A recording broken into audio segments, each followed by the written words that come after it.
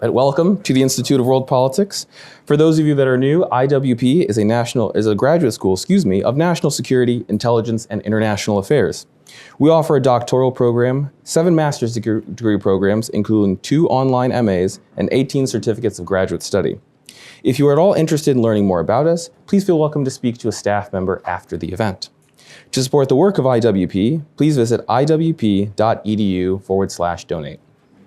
Today we'll be hearing from Mr. Bill Bruner, who will deliver a lecture entitled The Coming Hypersonic Revolution and Its Impact on International Security. Bill Bruner is the co-founder and CEO of New Frontier Aerospace, a technology development company in Seattle, Washington.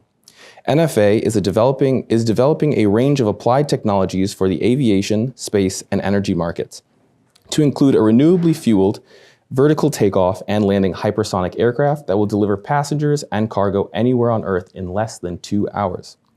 From 2007 to 2009, Bill was the Assistant Administrator for Legislative and Intergovernmental Affairs at NASA. Under Bill's leadership, the 30-person OLIA team directed all of NASA's relations with the U.S. Congress, governors, state legislators, and local governments. Prior to joining NASA, Mr. Bruner had a distinguished career as an aviator in the United States Air Force, from which he retired as a colonel. Among his decorations is the Bronze Star, awarded for service in the First Gulf War. He then served in several key positions in Washington, among them as a space and airpower expert on the staff of the Secretary of the Air Force, as a military fellow in the office of the Speaker of the U.S. House of Representatives, and as an office director within the Office of the Secretary of Defense, where he won the Assistant Secretary of Defense Paul H. Nitze Award for Excellence in International Security Affairs. Mr. Bruner is a graduate of the National War College, the Air Force Fighters Weapons School, and the Air Force's School of Advanced Air and Space Power Studies, where his thesis topic was National Security Implications of Inexpensive Space Access. He has earned master's degrees with distinction in National Security Strategy and Air Power Arts and Sciences. His bachelor's degree in physical science, astronomy, is from San Francisco State University. With that, please welcome Mr. Bruce Bruner. Thanks, that's all right. Bruce, Bill, okay. Yes, I'll get that for you. Sean, may I add that we are very proud to say that Colonel Bruner is also on the Board of Advisors of the Institute of World Politics. Thank you so much. Thank you so much, and thank you, John Lovewell, for inviting me to be on the board. Dr. Voss, thank you very much for coming out to welcome me onto the board a few months ago. It's a real pleasure and an honor to be here. I don't know who that introduction was about, but that guy's got an awesome resume. So good evening, and thanks, Sean, for all the technical behind-the-scenes work here. About an hour ago, this was like a bare, empty room, and he made all this happen. So thank you, Sean. Glad to be back in Washington, talking to this wonderful, knowledgeable group. I see a lot of familiar faces, some from a quarter of a century ago. My mother drove out here from a few miles away. My sister and my niece are here. So if you hear any booing, it'll be from my sister. People are always talking about technology revolutions.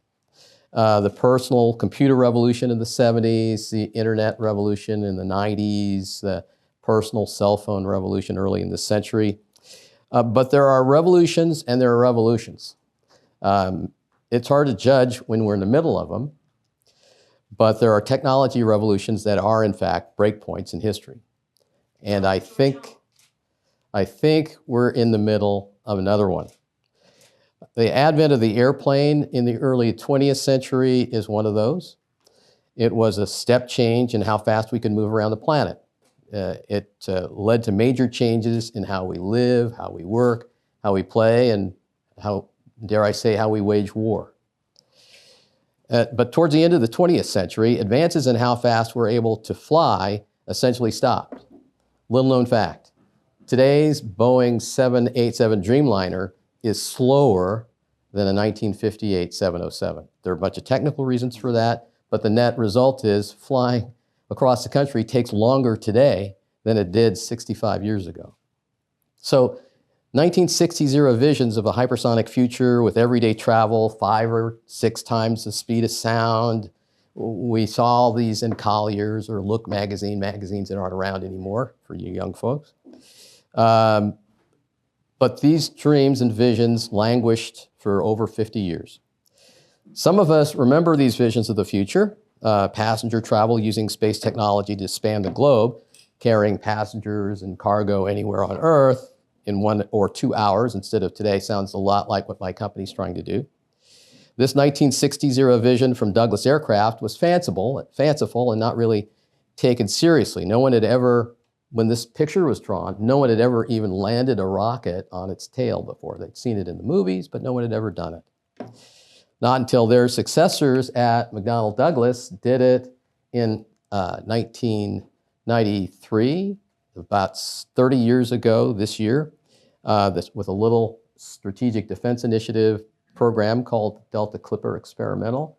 And that was the first time in history that anyone had ever done that with a sizable rocket. Today, it's almost routine. Even after Delta Clipper, no one had ever done it coming back from supersonic or hypersonic speeds above 5 times the speed of sound. But then SpaceX did it for the first time in 2015. And now, 8 years later, even formation landings of 2 hypersonic rocket ships coming back to land at the same time at the Cape, people, hey, did you know there's a SpaceX launch today? No, I forgot, right? It's that routine. So let's watch that first video, Sean, if you don't mind. Thank you. And I probably, that's a little bit later, but you can press ahead and I'll just catch up.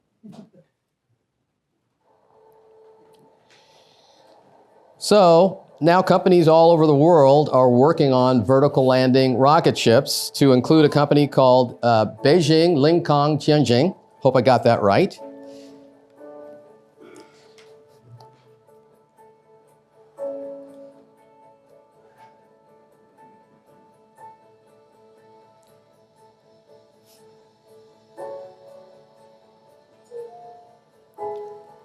So this is publicly available on the internet, promotional video for a private venture capital funded company in China.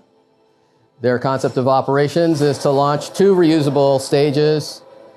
The first one falls off, and the second one proceeds hypersonic, stratospheric, above probably 60 or 70,000 feet, rocket powered, so you don't see any inlets on there.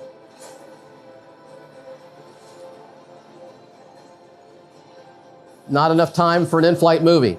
By the time the credits roll, you'd already be landed.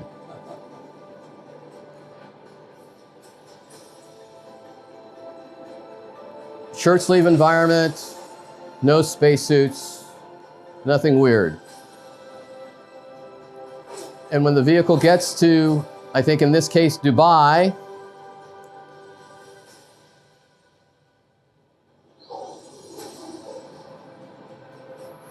not quite that fast, maybe an hour. Still darn fast.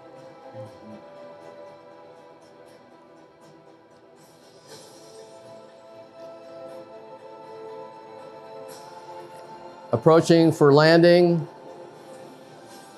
The last part is a little different than your conventional airplane, but it doesn't need a runway.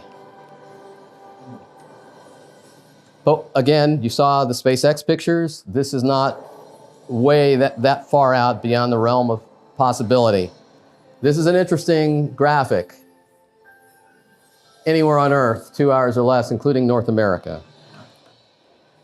So, to me at least, I don't know what you think about it. I think that these vertical takeoff and landing hypersonic aircraft are very interesting from a travel perspective, but also from a security perspective.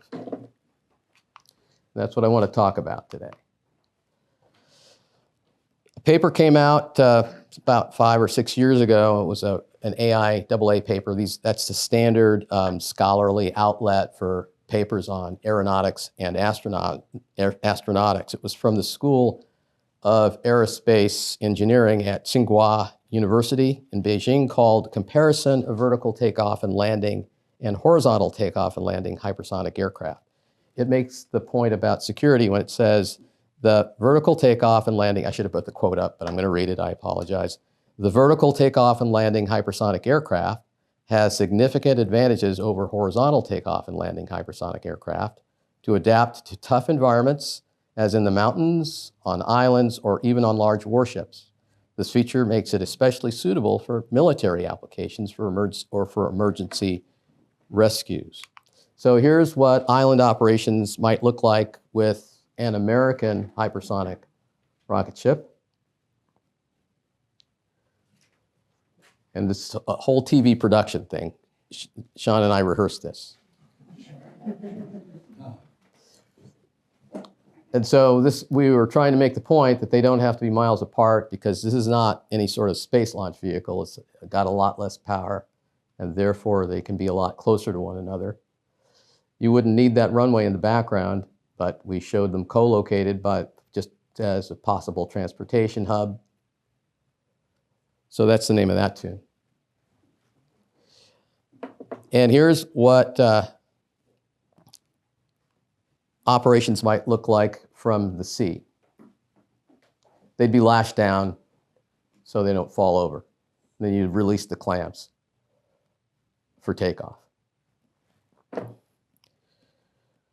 So even though the VTOL hypersonic aircraft has operational advantages, you don't have to take off that way. Just in the opinion of the authors of that paper and my company, because, oops, we think that that's the best way to go. There are also a number of horizontal takeoff and landing hypersonic aircraft development programs underway, some funded by the private sector, usually with some government investment. There are no vertical programs in the United States that are being funded by the government at a large scale. Our program's being funded, I'll talk to you about it, in terms of engine manufacturing. So why are there so many hypersonic aircraft programs emerging now? With the increasing power of computing, we'll come back to that later, machine learning and advanced manufacturing, it's becoming easier and easier to design, build, and control hypersonic aircraft. With machine learning, SpaceX they essentially taught their hypersonic ships, the rocket ships, to come back from Mach 10 and land. If you remember the videos, Elon put together a greatest hits video where he had them all crashing. And people thought, well, isn't that embarrassing? No, it's actually sort of like watching a toddler learn step by step and get to a successful result at the end. And that's what was going on in those videos. That was 13 years. The company was founded in 2002. By 2015, the machines had learned to come back from extremely high speeds and land on a dime. They also used a relatively advanced manufacturing technology called friction stir welding. It's esoteric material stuff. However, it was cheaper than the ordinary welding technique that their competitors used. So now, with an even more advanced manufacturing technology, 3D printing, as it's known, small companies are able to print hypersonic capable engines and vehicles. With the support of the US government, my company designed, printed, and integrated this 2,500 pound thrust rocket engine, natural gas and liquid oxygen. It's the third full flow stage combustion engine in history. The first was a Soviet RD-270. The second is Elon's Raptor, and this is the third, and it's the only one that's for sale. Small company, 11 months from nickel or Inconel dust to a working fuel pump, which is what this is, which is the first phase of what the government paid us to do. And the rest of it will be finished with a contract that's about to be announced, so you're the first to hear that. So we'll have that up on the test stand by next April. We hot-fired the first component in less than a year, and we'll be selling them in the second quarter of next year. There's a 3D printed rocket from a company called Relativity Space sitting on the pad at Kennedy right now. So it is possible to print hypersonic vehicles and to to manage the thermal and the aero challenges with 3D printing.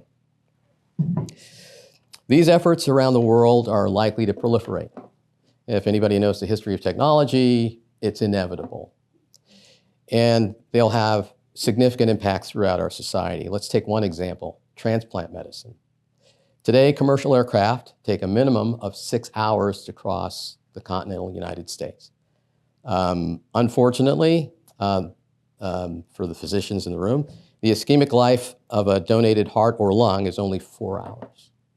So 6 hours versus 4 hours. There's currently no way for a donor on the West Coast to donate an organ to someone who's a perfect tissue match on the East Coast. There's no possible way. And we just live with it. We say, well, that's just the way it is, right? Airplanes only go so fast. Well, not so fast. Of the 100,000 or so people waiting for transplant organs in the United States today, 20 die just waiting, sometimes because the organs aren't available because they're too far away. And so the United Network for Organ Sharing, which is the nonprofit funded by Medicare, the US government, to allocate transplant organs, they confine their search to a 400-mile circle because they know that if you go outside that circle, it's too far. The organ will never make it. So what if you had an airplane that could go 3,000 or 4,000 miles an hour and was safe? That could save lives. So I mentioned how many hearts, I don't know if I mentioned this, so I'm going to go back to it. I think it's important. 50 to 60% of donated hearts are discarded. About 20% of donated kidneys are discarded. Some because they're too far away for today's aircraft to get them to the matched recipient in time. This could help fix that. Or imagine how much more time business or government travelers could spend with their families if you could leave Washington in the morning, be in Asia for business a couple of hours later, have your meetings, get back on the aircraft, and be back home in time for dinner or Bible study. So what does this have to do with the international security environment? We had a brief preview of what this means. Now we're to this picture. We had a brief preview of what this means in the past few days. No, this is not the Chinese reconnaissance balloon that traversed our skies and dominated news coverage last week. It's a Google-funded telecommunications balloon called Project Loon that was test launched out of Puerto Rico about 4 years ago. And I show this to say, things that we publish on the internet, papers, and we give up on, we go, that's too boring. We have other things to do, like the latest TikTok video, are picked up by other people. They say, that's very interesting. Let's go build that. Just food for thought about our hyper-informed internet slash public media environment that we operate in. So you can build a fairly sophisticated package and put it underneath a balloon and fly it at high altitudes, right? And this one operated at altitudes about 60 to 75,000 feet, very similar to the altitudes we saw last week. So these aircraft, Project Loon, the one that we saw last week, join an increasing number of platforms operating in what the FAA calls upper Class E airspace, between 60,000 feet or flight level 600 for the pilots in the room, and space. So right now, it's sort of a no man's land, or we could put on this chart, here there be dragons, because the FAA, I'll just read the quote, it's not just our national security enterprise that can't figure this out. It's also our regulators. So here's a quote from the regulators who are studying upper Class E. I don't think there are any more videos, Sean. Okay, good. Thank you so much. So the FAA quote is, as soon as the tiny screen gets to it, that they actually have no ability to control or monitor traffic at those altitudes. So it's not just our national security enterprise. It has challenges in this area. The regulators are struggling with it too. In the United States, there are no specific provisions for aircraft operations above 60,000 feet for civil aircraft. Most existing applications are limited to military operations, but these operations are proliferating. As the FAA also says, operations in upper Class E airspace have historically been limited due to the challenges faced by conventional fixed-wing aircraft and a bunch of technical stuff. However, recent advances in power and propulsion, aircraft structures, flight automation, and aero have increased the number of vehicles that can now operate in that airspace. So I'm going to give you a list of the types of airplanes that the FAA thinks are going to operate in that area. Sophisticated high-altitude drones, unmanned free balloons, airships, which are powered balloons, and supersonic, hypersonic aircraft can now efficiently and economically satisfy research objectives in that area. So I don't mean to be an alarmist. If a slow-moving balloon operating in upper Class E, let's call it near space, can cause as much consternation as this country went through last week, imagine the future that we described at the beginning of this talk, where there's routine traffic in this flight regime, where countries around the world have access to hypersonic technology and could potentially fly and land vertically hypersonic passenger and cargo aircraft anywhere on Earth in a couple of hours. Or it could fly through near space over our country. In airspace, we have limited ability. We've demonstrated we have limited ability to control or defend. This, again, is not meant to be alarmist. Well before there are hundreds or thousands of high-altitude hypersonic flights over this country, we should, if we're smart and we have the right leadership, we'll have time to put the appropriate controls and safeguards in place. But to do that, we have to get started now. According to Air Force General Glenn D. Van Herk last week, he said this 2 days ago, the head of NORAD, the North American Air Defense Command, and NORTHCOM, the Northern Command, the intelligence community eventually made him, quote, aware of those balloons, eventually, that were previously approaching North America or transited North America. But NORAD did not know about those cases in real time. This is a quote. As NORAD commander, it's my responsibility to detect threats to North America. I will tell you that we did not detect those threats, and that's a domain awareness gap that we have to figure out. So on the military side, as well as the FAA side, there's a lot of work to do as near space becomes more and more crowded and potentially more threatening. So that concludes my prepared remarks. I stand ready to answer your questions, and I hope you got something out of that. And we could probably turn the air conditioning back on. I had it turned off because of the noise, so I saw people so I apologize. Let's please give a round of applause. Thank you. Thank you. Thank you. Thank you. And we'll start the Q&A. I have a mic so it picks up on our live streaming feed. So if you guys have any questions, just raise your hand and I'll come to you. I'll pass you the mic and just speak into the small silver bit.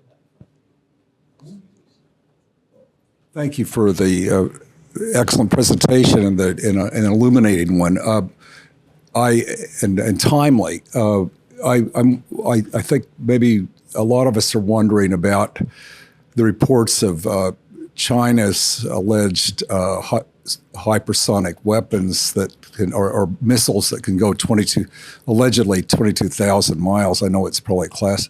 And then, but I've also heard that we may have defensive technology once the weapons re-enter the atmosphere. But if we can't detect them, then I also heard from the former head, young general, about 36 or 8, that was the retired head of Israeli Defense Force, the Air Force, and was in charge of the Iron Dome. And he talked about how human operators were much better than machine operators in judgment, and they have about 1 second to respond to something launched from Lebanon to make a decision. they can discriminate against things that will land on human top targets, as you know far better than I. And then from even if something's launched from Iran, they have to make an extremely quick judgment call on whether to initiate defensive actions or not. There's a lot of triage. Yeah. I can't speak to that. But I'm interested in. It's perplexing because atoms break up at those alleged hypersonic speeds. There's got to be some things in material science that are pretty advanced if anything can approach that. So all I can speak to is what my company's doing. Mach 5, X-15 was made out of the same stuff, and it did just fine. But at Mach 10, we have work to do. So we're going to have to develop new thermal protection techniques, new coatings, new materials. So that's a rich area for research. But we are going to fly at Mach 5 first because we believe in engines that work and materials that already work. Because if you spend years and years and years developing scramjets, ramjets, I'm going to show you my prejudices here, you'll sit in the lab and you won't fly anything and you'll watch the adversary flying or other places, other people flying stuff because they make technical compromises that we're too smart to make. We just have a tendency to develop, and not build. Sir. Can you pass this down to the gentleman with the glasses, please? Thank you for a fascinating presentation. So, I just imagine what would happen if malevolent actors put together 500 of these things and detonate them up in outer space and zap us with a massive EMP attack. It seems to me that our best and brightest need to figure out how to deal with something like that. I wonder what you think. So I can only tell you that there may be, along the lines of the talk, it will be very inexpensive to produce these things in a few years. I think we'll be surprised. I can only give you an analogy, and that is in 1903, the Wright brothers invent the airplane. It's 1907, they can't get the attention of the US government, so they put the airplane in a crate and they took it to France, and they were showing it around and people were wowed, and the government there decided we're going to invest in this technology and buy these things. The Army heard about that and said, you guys come back here. So they put the airplane back in the crate, took it back to Fort Myer, they flew it, and the Army bought it. Just because things are invented here, it doesn't mean that they will be the first to leverage them and build large numbers of them. I can't speak to vulnerabilities, and I just don't want to get into speculating about potential weapons uses. Sir. What's the timeline for launching something? Something. And how are you doing on your funding? Okay, us. Thank you for that question, John. Yeah. So we're pursuing the engine first. We believe we have a good product. We'll use that to generate revenue. We think the government funding is sufficient to get it built.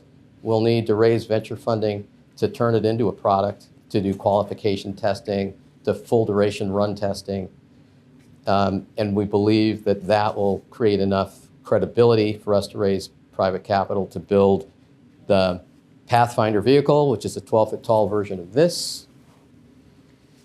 And flying that would probably be 25, maybe, if we really hit all of our marks and raise the money we need. And maybe 26, 25 or 26, you can expect to see our airplanes flying. Inshallah. Yes, sir. What part of DOD is doing this research? So our sponsor is called National Security Innovation Capital. They fund dual-use technologies that have a hard time raising private sector capital because it's too risky. So I think it's a very important part of the defense innovation portfolio. I'm biased. I think It's public knowledge. There was an Air Force one-star, an acquisition professional, who retired a few months ago. And he said that China is fielding new weapon systems 5 to 6 times faster than we are. And they get 20 times more leverage out of each defense dollar or yuan than we do. I don't want to dispute a general officer who's an acquisition professional. So I'm guessing that's somewhere close to correct. And so these small efforts that we have, NSIC is funded at $15 million in fiscal year 23. DIU, its parent organization, is funded at $65 million. Compare that to the billions in the conventional slow acquisition system. I hope I'm not offending anybody who's in USD, what's it called? It used to be AT&L, whatever they call acquisition these days. It's DOD. It's under Heidi Shue, USD R&E, and then the Defense Innovation Unit, I think, is a direct report to her. Just on point with your last comment, I was at a NASA facility in Cleveland, and they showed a graph, and the rate of the innovations and patents per million expended were inversely related to the size of the organization. And so you're speaking to that exact point. And it's quite dramatic. Yeah, I wouldn't doubt it. Yes, ma'am. Yeah, with the embarrassing situation from last week with the balloon, do you think that anybody has the gravitas to move forward and try to fund it? I mean, those are embarrassing numbers for the safety of our skies. You mean to fund innovative new systems? Yeah, I mean, 65 million, really? I mean, Right. Think that $2 trillion that Right. disappeared or unaccounted It's a for. very good question. So, I mean, I don't want to get into legislative mechanics, but there was a letter from Mike Gallagher, a Wisconsin former Marine, asking the appropriations committees to raise the number in 23, and it didn't happen. So it's just a matter of the status quo. It's always, there's nothing more difficult than change. And so, okay, yes, sir. How does sonic boom come into this? Awesome, great question. Thank you for that. Yeah. So our competitors that you may have heard of, the appropriately named Boom Supersonic, they're building a new Concorde. Air breathing, it's a turbojet like Concorde, below Mach 2. But they're also at about 40,000 feet, which means the boom footprint propagates it's no higher than today's airliners. It's just as loud as Concorde. I think that's a problem. They're going to try through some magic of aerodynamics NASA's working with the supersonic manufacturers to address that. Because we don't need air, we're going to be flying a lot higher, about 160,000 feet. So our models suggest that the boom footprint on the ground is about 59 dB. That fan over there is louder than that. Now on ascent, we'll propagate the boom up, but our noise footprint, separate from the boom, is going to be a 747 footprint, but it doesn't, like an airplane on departure will propagate noise that way. And so if you look at a noise footprint on a map of an airport, it's like a fan that goes out this way. Ours will be concentrated around the airport, so we think we've got a pretty good story on noise. We got to solve the passenger comfort problem, and we got to solve the high-speed thermal problem, but those are soluble. I mean, Elon solved most of them for us. We just have to do what he did.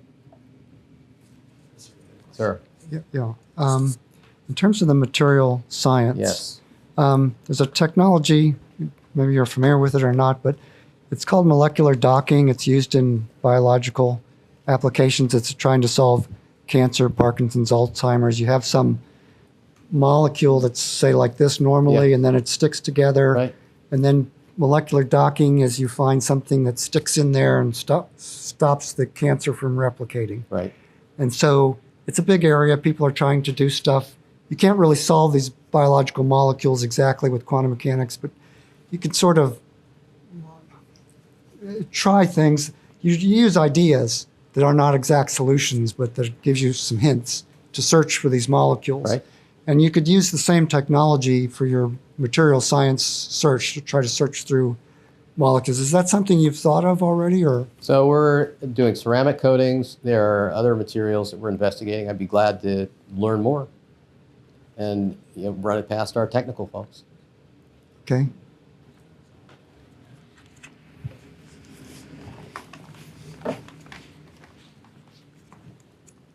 Thank you for your remarks, Colonel. I was wondering if you could elaborate a little bit more on cost. Awesome. Some of the hurdles there, like at what point do you get to compete with Southwest? Yeah. Thank you. Yeah, they're pretty expensive compared to us. So the fuel cost of natural gas per pound versus jet fuel is a lot less. The manufacturing costs, if we're right about 3D printing, are less than conventional airplanes. So we estimate that our operations costs are comparable to those of subsonic airplanes today. And people don't believe it, but we're going to continue saying it. Airplanes are essentially balloons made of metal. They're rockets. Rockets are balloons made of metal. If you've ever flown in a private airplane, and you press your finger on the side of a Cessna, it dimples. I mean, they're just very light. We're about, their mass fractions are usually 60 or 70% propellant. We're like 80 or 90% propellant. It's those vehicles that you see there, they're structurally strong, but they're also very, very, very light. So why is that important? Gross weight is probably the most accurate predictor of aircraft price. And so for an equivalent size range airplane, we're lighter than them. If you add additive, it's cheaper to manufacture and we're cheaper to fuel. We do think our operating costs for a 777 across the Atlantic is about the same as us, $150,000 or so. So does that, what does that carry in terms of payload if you're Yep. thinking in terms of payload for either high altitude Right. or other delivery? So I've got charts on that. So the full-size vehicle that you saw taking off, and you saw it in military livery, but there's a civilian version of it. It carries 150 people transatlantic, right? But the farther you go, the less people, because you got to put more gas in it, right? It's like airplanes, but much more, like with an airplane, the difference might be 10% passenger load. But for us, it's like 90%. If you go 8,000 miles in that airplane, in the one that I showed you, you can only carry a BizJet-sized passenger complement, 17 or 18 people. You're thinking commercial versus defense? We're talking to major aircraft, airline, and that's a much larger market. I mean, it's the smart thing to do. So we're selling these things commercially. It's dual use, right? If the Defense Department is smart enough, we think they'll buy them. But if they're not, we'll sell them to FedEx. We have a question back here for you. Sir. You got a president? Hey, Bill, Steve Sargent. Nice to see you again. Good to see you, sir. So I was supposed to be here on time, but my airplane got held on the ground a couple hours from here just because it was a little congested at National. Right. So given how the FAA does and doesn't do change, right, and some would say are kind of years behind where they ought to be today, right, how do you see the rest of the cost? Right. That's a handling really the fuel, right, handling the traffic. Right. You might recall back when A-10s and F-16s were put together at Pope. Right. Physics, that wasn't a problem. Right. Change in the personnel on the mic, that was a problem. They ran them together. So that's a really great question, Steve. So the noise question, that was a good one. The cost question is a good one. And Steve, that's a great question. The regulatory question. So we're going to try to take a lesson from Musk and use government requirements as leverage to say, here we are flying these government missions out of Edwards for test. So you guys aren't going to try to certify this airplane, right? FAA will probably give us a waiver. They'll give us an airspace waiver, they'll give us boom waivers, and then when we try to sell it into the commercial market, we're hoping that they see common sense. But so part of why I'm in Washington, why I took advantage of this opportunity to talk to some friends who might be able to help us on the Hill, not just with funding, but with regulatory relief from the FAA. So I could talk to you about this at length, but we have the boom problem. We're going to have the problem with the space part of the FAA saying, you're a space launch, you need to have a space launch license. We're going to have to fight that battle.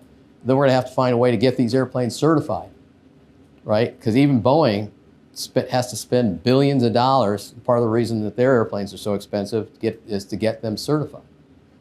So you're right, it's a tough row to hoe, but we got our heads on a swivel, we got our essay up, and we are going to win.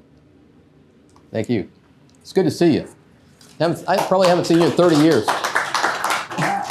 When the planes fly below that FL whatever, they need flight clearance for any country they fly over. That is correct, sir. Above a certain level, I presume we don't give a damn. But is this an area where they need flight clearance? Yes. So most countries, you can fly them, over just through international customary law. You can fly over any spot on Earth from space, whatever that definition is, but this isn't space. And as we found out last week, this isn't space. We care. If you flew over most countries at this altitude, they would care a lot. So we have to figure that out, is how do we as an international community, I've spoken mostly from a US-centric point of view, but this is going to be something the international community is going to have to figure out. Otherwise, there will be lots of room for miscalculation and possible disaster. If you mistake a passenger launch for a military launch, it could be a real problem.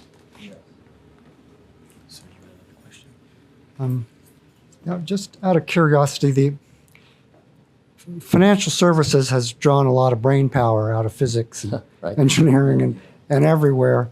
And the partial differential equations in financial services are almost exactly the same as the Schrödinger equation in quantum mechanics, and also diffusion equations. And so there's a lot of work has been done on techniques in mathematical finance that can then be applied to Schrödinger equation, quantum mechanics, getting back to that material science issue. And so a lot of the best people are in that area, and there's people from Russia, China, people who go back and forth between here and China who have a lot of know-how in these methods. And I'm sure they're applying them to physics areas when they're back in China, and to these material science issues. And I just wondered if there's a realization of just how much knowledge now is in finance that applies to quantum mechanics and then to material science, and any quantum mechanical problem. There's something in finance that's at least going to help you, plus the fact that it's usually easier to understand in the finance equation than it is in the quantum mechanics You'll have to talk to my engineers about that. Are there any more questions in the audience? Seeing none, let's give another round of applause to Mr. Bruner. Thank you so much. Thank you so much. Thanks, Sean. Great America. Here's your microphone. Oh, thank you.